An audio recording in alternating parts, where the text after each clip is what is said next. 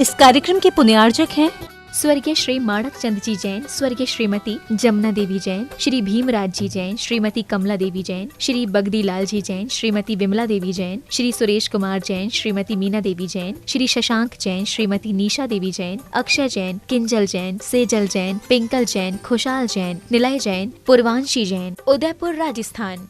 Adinath soap stone उद्योग, Ajitnath minerals industry. Shri Suresh Chand Jain, Shrimati Rajni Jain पहाड़िया, श्री सौरभ जैन, श्रीमती निधि जैन मुंबई, सानिध्या एवं Naysha Jain Paharia Mumbai, Shri Praveen Jain, Shrimati Shilpi Jain Patni, Jivesh Rushil Jain Patni Delhi. SSJ finance and securities private limited.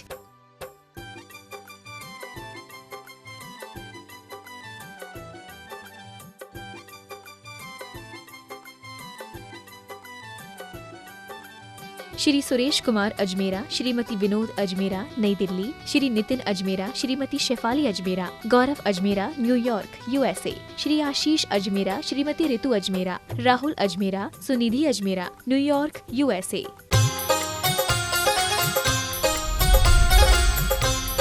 प्रमाणिक समाधान।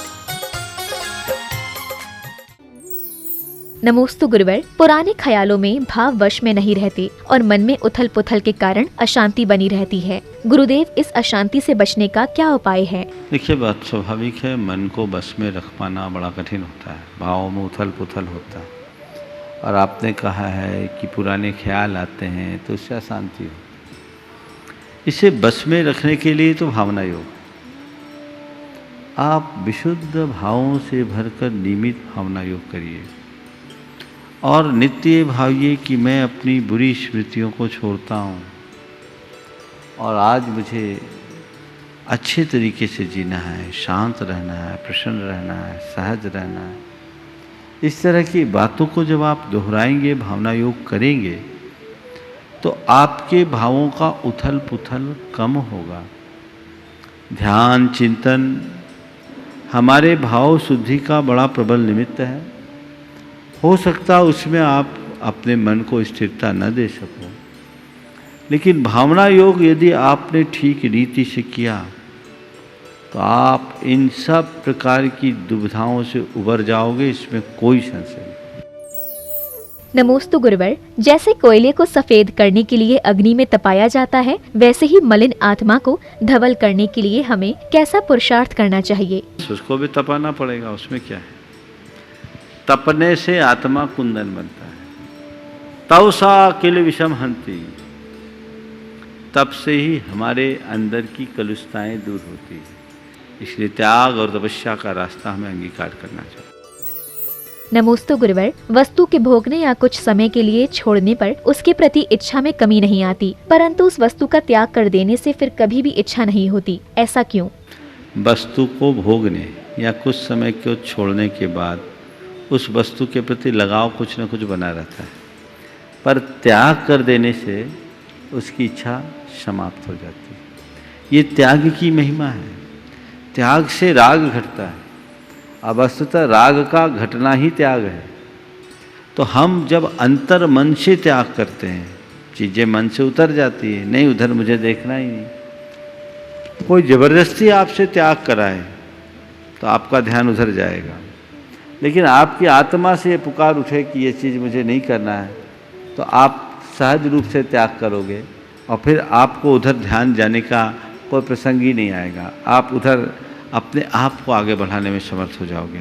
तो इसलिए हमें हमेशा त्याग के प्रति उत्साहित होना चाहिए। एक बार त्याग हो गया तो हमारा मन अपने आप पक्का हो जाता है, संकल्प जागृत हो जाता है और हम अपने जीवन को आगे बढ़ाने में समर्थ हो जाते हैं। नमोस्तु गुरुवर। द्रव्य शुद्धि के प्रति हम जितने सजग रहते हैं, तो क्या उतनी ही सजगता अंतः शुद्धि के समय नहीं रखनी चाहिए? और जीवन में दोनों प्रकार की शुद्धि कैसे बनाए रखें? देखिए, बात सही है।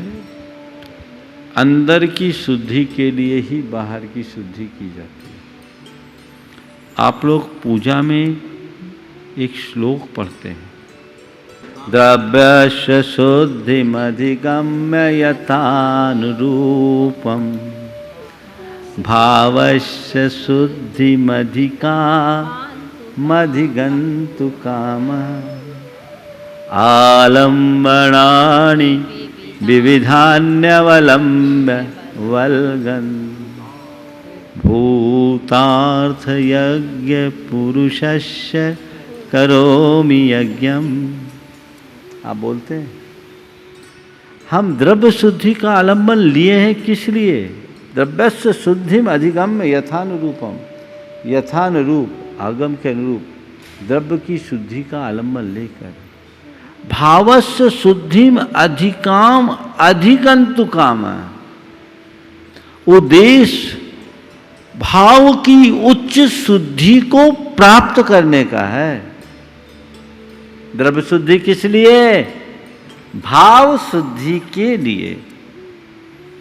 तो भाव शुद्धि में द्रव्य शुद्धि निमित्त है, इसलिए द्रव्य शुद्धि रखें, भाव विशुद्धि कराएं। लेकिन द्रव्य शुद्धि तो कर ली और भाव शुद्धि नहीं की। मतलब बर्तन को बाहर से तो मांज दिया, अंदर से नहीं मांजा, उसमें दूध तपाओगे तो फटेगा कि बचेगा? क्या होगा? फटेगा ना।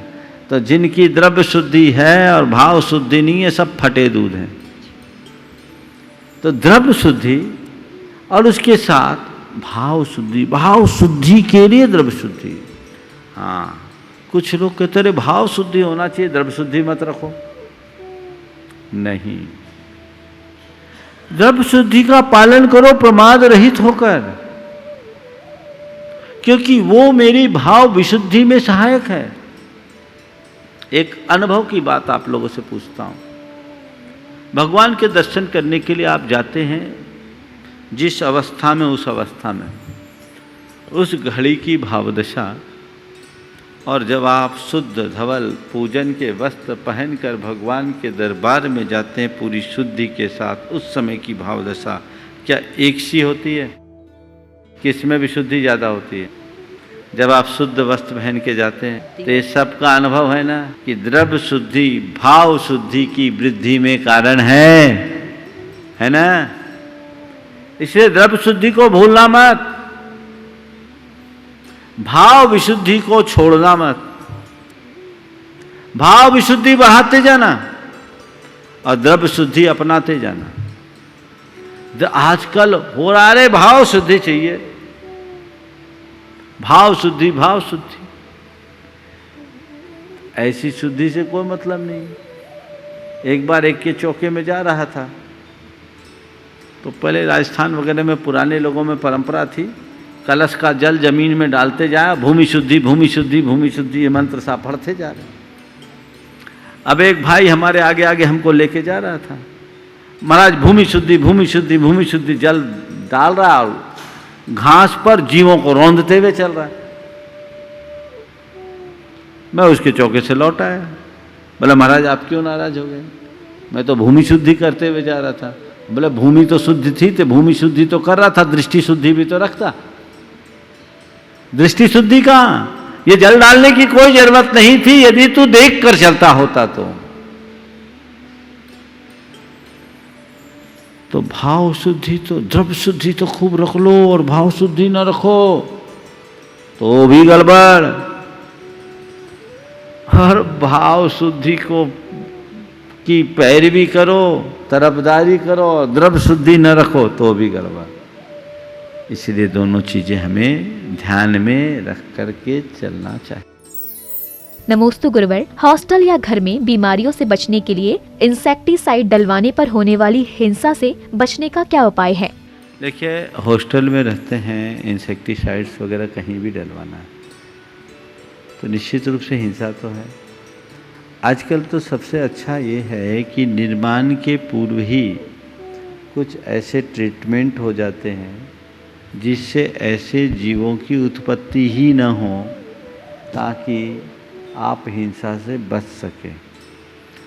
ये आप सब के घर के लौकिक कार्य हैं, कुछ चीज़ें हैं जिनसे बचना भी बहुत ज़रूरी है, पर बचाव हो केवल हमारा नहीं उनका भी। इसलिए पहला तो प्रयोग लोगों को मैं ये कहना चाहूँगा कि इस पर अपने विवेक का प्रयोग करें, और अगर ऐसी कोई टेक्नोलॉजी है जिसमें इस हिंसा से बचा जाए तो उसे प्रमुखता दें। अब अगर अपरिहार्य कारणों से ऐसा होता ही है तब आप तो अपने हॉस्टल की बात करें, घरों में ही कहते हैं महाराज काकरोच वगैरह बहुत हो जाते हैं, दीमक लग जाते हैं। तब गृहस्थों को ये सब हिंसाएं, ये संकल्पी हिंसा झाड़ने बुहारने में अचानक होती, मारने के भाव से तो नहीं करते, लेकिन ये मरते हैं तो ये हिंसा तो है ही, आरंभी हिंसा की श्रेणी में। यत्नाचार का पालन करना चाहिए। और इंसेक्टिसाइड्स वगैरह का जो प्रयोग कर रहे हैं वो मैनेजमेंट करे, हमें उसकी अनुमोदना नहीं करनी चाहिए, उससे अपने आप को दूर रखना चाहिए। और मैनेजमेंट को भी सिखाना चाहिए कि हम कुछ ऐसे वैकल्पिक व्यवस्थाएं दें जिससे इंसेक्ट्स को मारना न पड़े, वो उत्पन्न ही ना हो और सबका स्वास्थ्य भी ठीक रहे। नमोस्तु गुरुवर, हमारे अवचेतन मन को संस्कार कहाँ से प्राप्त होते हैं? देखिए, विज्ञान हमारे जीवन में जो भी संस्कार पड़ते हैं हेरिडिटी को मानता है और परिवेश को मानता है। वो कर्म को तो नहीं मानता, पर हमारी संस्कृति कहती है कि पिछले जन्मों के कर्म के संस्कार हमारे जीवन में रहते हैं और हेरिडिटी में उसका अंश आता है। ये बहुलता से होते हैं, लेकिन जो हमारी अर्जित आदतें होती हैं, जो हम आसपास के वातावरण से सीखते हैं, वो हम पर प्रभावी होते हैं। लेकिन इन सब के आगे है हमारा अपना संकल्प। संकल्प में बहुत बड़ी शक्ति है और उससे हम अपने स्वभाव में निखार ला सकते हैं। समूलता बदल भले न सके, लेकिन उसमें हम उदात्तीकरण कर सकते हैं, उसमें परिष्कार ला सकते हैं। तो संकल्प हमारे स्वभाव निर्माण का एक श्रेष्ठ साधन है। और भावना योग में जो आत्म सुझाव है वो इनर रेजुलेशन है, जो हमारे आत्म संकल्प की वृद्धि में कारण बनता है। यदि हम उन्हें उत्तरोत्तर दोहराते जाएं, वे संकल्प गहरे हों, तो हम उन्हें बहुत अच्छे से उनका बड़े अच्छा प्रभाव हम पर पड़ सकता है और वो हमारे जीवन में बड़ा परिवर्तन घटित कर सकते हैं। नमोस्तु गुरुवर, है मगर विश्वास कितना आदमी को मौत पर, मौत के हाथों ही सब कुछ छोड़ता है आदमी। युक्त पंक्ति का क्या अर्थ है? यही तो जीवन का यथार्थ है। सारे जिंदगी जोड़ने वाला मनुष्य एक दिन छोड़ करके जाता है। जब लोगों के मन मस्तिष्क में ये बात बैठ जाए कि हम कुछ लेके नहीं जा सकते, तो भागदौड़ ही खत्म। सारे जीवन जिसके पीछे दौड़ता है इंसान, अंत में उसे छोड़ कर जाना पड़ता है। जीवन के इस यथार्थ को पहचानो और अपनी मोहाशक्ति को मन रखो। नमोस्तु गुरुवर, कहते हैं कि हमेशा वैल्यूएबल बनो, अवेलेबल नहीं। गुरुदेव, हम किसी के जीवन में अवेलेबल तो हो जाते हैं, लेकिन वैल्यूएबल कैसे बने? वैल्यूएबल बनो, अवेलेबल ना बनो। बहुत अच्छी बात है। हम अवेलेबल हो जाते हैं, वैल्यूएबल नहीं होते। आपने पूछा वैल्यूएबल कब बने? पहले एबल बनो तो वैल्यूएबल अपने आप हो जाओगे। एबल बनोगे तब ना वैल्यू बढ़ेगी। अब वैल्यूएबल तो बनना चाहते हैं, एबिलिटी तो है ही नहीं। अपने आप की योग्यता और प्रतिभा को निखारो, अपना गुणात्मक विकास करो, तुम्हारा मूल्य और महत्व अपने आप बढ़ जाएगा। आज लोग महत्ता पाने की इच्छा करते हैं, महान बनने का पुरुषार्थ नहीं करते हैं। मैं कहता हूं महान बनने का पुरुषार्थ करो, महत्ता पाने का नहीं। महान बनने का पुरुषार्थ करोगे तो महत्ता अपने आप मिलेगी। तो आपसे मैं कह रहा हूं, एबल बनो, वैल्यूएबल अपने आप हो जाओगे। समझ गए? और आप अवेलेबल हो या ना हो, एबल होना चाहिए। और जो अवेलेबल है उसकी वैल्यूएबल नहीं, वो वैल्यूएबल नहीं है, ऐसी बात भी मत समझना। अगर व्यक्ति के अंदर एबिलिटी है तो वो अपने आप वैल्यूएबल होता है। तो हमें चाहिए हम अपनी योग्यता का विकास करें, योग्यता का निखार करें और जीवन को आगे बढ़ाएं। नमोस्तु गुरुवर, आत्म ध्यान और आत्म भावना में क्या अंतर है? आत्मा का ध्यान और आत्मा की भावना में बड़ा मौलिक अंतर है। प्रारंभिक भूमिका में भावना होती है और बाद में ध्यान। आत्मा की भावना और आत्मा के ध्यान में उतना ही अंतर है जितना जल का चिंतन और जल का पान। भावना एक प्रकार से चिंतन है और ध्यान एक प्रकार की अनुभूति है। भावना में डूबते लीन होते होते होते भावना जब गहरा जाती है और जो हम भावना भाते हैं उसका जब अनुभव करना शुरू कर देते हैं तब वही ध्यान बन जाती है। तो ध्यान एक अनुभूति की परिणति है जो उत्तर भूमिका में प्रकट होती है, उससे पहले केवल भावना है। नमोस्तु गुरुवर, क्या मतलबी और मौका परस्त लोगों से दूरी बनाना ही उचित है? नीति की दृष्टि से अगर विचार करें तो मतलबी, मौका परस्त, स्वार्थी लोगों से हमें सुरक्षित दूरी रखनी चाहिए। न तो उनसे निकटता रखनी चाहिए और न ही दूरी। मिल गए तो राम राम, नहीं तो अपने काम से काम। नमोस्तु गुरुवर, मूल गुण किसे कहते हैं और एक समान पूज्य होने पर सभी परमेष्टियों के मूल गुणों में असमानताएं क्यों हैं? मूल गुण का मतलब होता है खास चिन्ह। जैसे पेड़ की मूल सुरक्षित रहती है तो पेड़ सुरक्षित रहता है, इसी तरह मुनि या श्रावक के जो व्रतों की जड़ है उसे मूल गुण कहते हैं। मुनियों के 28 मूल गुण बताए हैं।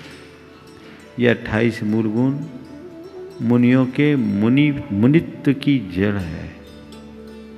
इनके बिना मुनिपना सुरक्षित नहीं रह सकता। गृहस्थों के 8 मूल गुण हैं। उन 8 मूल गुणों का पालन उन्हें करना ही है। इनके बिना उनका श्रावकपना या जैनीपना सुरक्षित नहीं रह सकता। तो यहाँ पर मूल गुण मूल आधार जड़ के अर्थ में, बाकी अन्यत्र जो मूल गुण है, चाहे आचार्य के, उपाध्याय के, साधु और अरहंत के, सिद्ध के, अरहंत सिद्ध के जो मूल गुण हैं वे उनके खास लक्षण या चिन्ह हैं जिनके आधार पर हम उनको जान सकते हैं। अरहंत के 46 मूल गुण बोलते हैं, सिद्धों के 8, इसी तरह आचार्यों के 36 और उपाध्यायों के 25। नमोस्तु गुरुवर, दुनिया वह किताब है जो कभी पढ़ी नहीं जा सकती, लेकिन जमाना वह अध्यापक है जो सब कुछ सिखा देता है। तो गुरुदेव, दुनिया की किताब को कैसे पढ़ें कि सच्चे अध्यापक बनकर सारभूत तत्व ही ग्रहण कर सकें? बहुत अच्छा वाक्य है। दुनिया वह किताब है जिसे कभी पढ़ा नहीं जा सकता और जमाना वह अध्यापक है जो सब कुछ सिखा सकता है। देखिए, दुनिया की किताब को पढ़ने के लिए आपको किसी अध्यापक की शरण में जाना होगा। हमने जमाना को नहीं देखा, लेकिन जिनने जमाना देखा है उनके निकट जाओ, उनके अनुभवों से पाठ पढ़ो। बहुत काम की चीजें होती है। कहते हैं वृद्ध की एक एक झुर्रियों में पूरे अनुभव का खजाना भरा होता है। तो हम जिनने जमाना देखा है उनके निकट जाए, उनके संपर्क में रहें, तो उनके माध्यम से हमें दुनिया को समझने का मौका मिल सकता है। और फिर हम न केवल दुनिया की किताब को पढ़ने वाले हो सकेंगे, अपितु उसकी विवेचना करने वाले अध्यापक भी बन सकेंगे। आज एक बड़ी कमी हो रही है। लोग आज किसी से अनुभव लेने में बड़ी कोताही करते हैं, अनुभव लेने का प्रयास नहीं करते। हमें चाहिए कि हम अनुभवियों के अनुभव को लें, वो हमारे जीवन के लिए उपलब्धि होगी। किताबों से तो केवल हमें जानकारी मिलती है, अनुभव से सच्चा ज्ञान मिलता है। वो ज्ञान हमें अनुभवियों के पास मिलेगा। इसलिए हमेशा वैसी दृष्टि लेकर चले।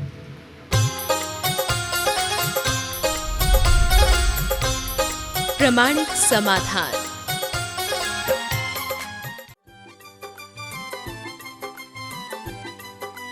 इस कार्यक्रम के पुण्यार्जक थे स्वर्गीय श्री माणक चंद जी जैन, स्वर्गीय श्रीमती जमुना देवी जैन, श्री भीमराज जी जैन, श्रीमती कमला देवी जैन, श्री बगदी लाल जी जैन, श्रीमती विमला देवी जैन, श्री सुरेश कुमार जैन, श्रीमती मीना देवी जैन, श्री शशांक जैन, श्रीमती निशा देवी जैन, अक्षय जैन, किंजल जैन, सेजल जैन, पिंकल जैन, खुशाल जैन, निलय जैन, पूर्वांशी जैन, उदयपुर राजस्थान। आदिनाथ सोप स्टोन उद्योग, अजितनाथ मिनरल्स इंडस्ट्री। श्री सुरेश चंद जैन, श्रीमती रजनी जैन पहाड़िया, श्री सौरभ जैन, श्रीमती निधि जैन मुंबई, सानिध्या एवं Naysha Jain Paharia Mumbai, Shri Praveen Jain, Shrimati Shilpi Jain Patni, Jivesh Rushil Jain Patni Delhi. SSJ finance and securities private limited.